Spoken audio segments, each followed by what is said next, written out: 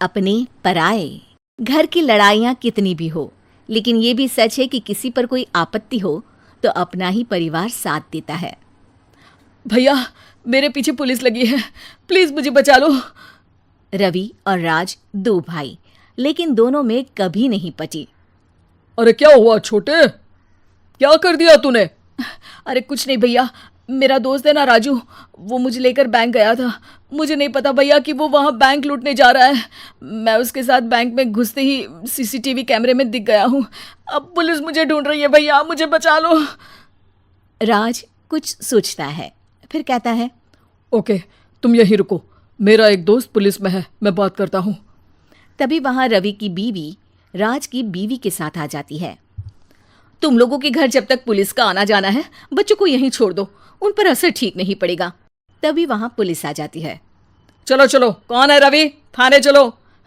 मैंने कुछ नहीं किया, मुझे कुछ नहीं पता। अरे वो तो पुलिस स्टेशन चलकर ही पता चलेगा कि कुछ पता है कि नहीं, चलो। कहानी का फ्लैशबैक। भैया, मुझे मेरे मकान में हक चाहिए ही चाहिए। अरे लेकिन छोटे, अभी मेरे बच्चों पर काफ़ी खर्चा है, तेरी भाभी की भी तबीयत ठीक नहीं रहती, बजट बिल्कुल नहीं है कि मैं अलग होकर रहूं। देख लो भैया, 1 महीना है तुम्हारे पास, जल्दी से घर खाली कर दो। अरे कैसी बात कर रहे हैं भैया, मेरे शरीर में अभी इतनी हिम्मत भी नहीं कि घर को खाली करे। तो क्यों अपना पोषण बेचा भाभी? अरे तुम तो जानती हो, पिताजी की बीमारी के कारण उन्हें हमारी ज़रूरत थी, कैसे आते पैसे। ससुर जी तो बूढ़े थे भाभी, उनकी बीमारी में भी पैसे लगाना कौन सा अकल का काम था। तो क्या पिताजी को मैं मरने के लिए छोड़ देता? अरे रवि, तू तो समझ, पापा को हमारी ज़रूरत थी, उन्होंने हमारे लिए हर वो काम किया जिससे हमें खुशी मिले। बैक टू रवि, जो जेल में बैठा है। ये मैंने क्या कर दिया था? मैं ना पिता का हुआ ना ही भैया का। मेरे साथ जो हो रहा है ठीक ही हो रहा है। तभी वहां पुलिस वाला आता है। रवि, तुमसे कोई मिलने आया है। भाभी, आप यहाँ क्यों आई? पुलिस स्टेशन है ये भाभी। भैया, आपकी जगह मेरा भाई होता तो क्या मैं नहीं आती? अच्छा, ये खाना ले लीजिए, खा लीजिएगा। आपके भैया लगे हैं वकीलों और पुलिस वालों से बात करने में, डरने की कोई बात नहीं।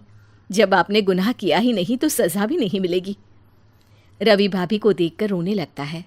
घर में साक्षी चुपचाप बैठी होती है कि तभी सोनम कहती है, अरे साक्षी, क्या हुआ, परेशान क्यों हो रही हो? भाभी, अभी अभी पुलिस स्टेशन से खबर आई है, इन्हें बड़े जेल में शिफ्ट किया जा रहा है। मैं क्या करूंगी भाभी? रो मत, हम अच्छे से अच्छा वकील करेंगे। लेकिन उसमें तो बड़े पैसे लगेंगे दीदी, हम इतना पैसा कहाँ से लाएंगे? अरे क्यों, ये मकान है ना, और मेरे कुछ गहने भी है। साक्षी की आंखों में पानी आ जाता है। पर दीदी, ये तो आप और भैया की मेहनत की कमाई है। पापा के बाद भी तो हम लोगों का सब खत्म हो गया था। पापा को तो बचा नहीं पाए, लेकिन भैया को ज़रूर बचा लेंगे, और भगवान चाहेंगे ना तो दोनों भाई मिलकर इससे भी बड़ा मकान खड़ा कर लेंगे। साक्षी। थोड़ी देर में राज वहां आता है। सोनम सही कह रही है साक्षी, पैसों की कमी के कारण किसी भी बेगुनाह को सजा नहीं मिलती। राज एक अच्छा सा वकील करता है। सोनम और साक्षी बचाए पैसे और अपने गहनों को बेचकर रवि का केस लड़ते हैं और जल्द ही रवि जेल से बाहर आ जाता है। रवि राज को गले लगाकर कहता है, भैया मुझे माफ़ कर दो, मुझे साक्षी ने सब कुछ बताया है। भैया, आपने मुझ पर विश्वास किया, मेरे लिए दिन रात मेहनत की, भाभी ने अपने गहने तक बेच दिए। भैया, आपने तो पापा के लिए भी पैसे नहीं देखे, लेकिन मैं बहुत ही सेल्फिश निकला। भैया, एक आखिरी बार मुझे माफ़ कर दो, मैं शर्मिंदा हूँ।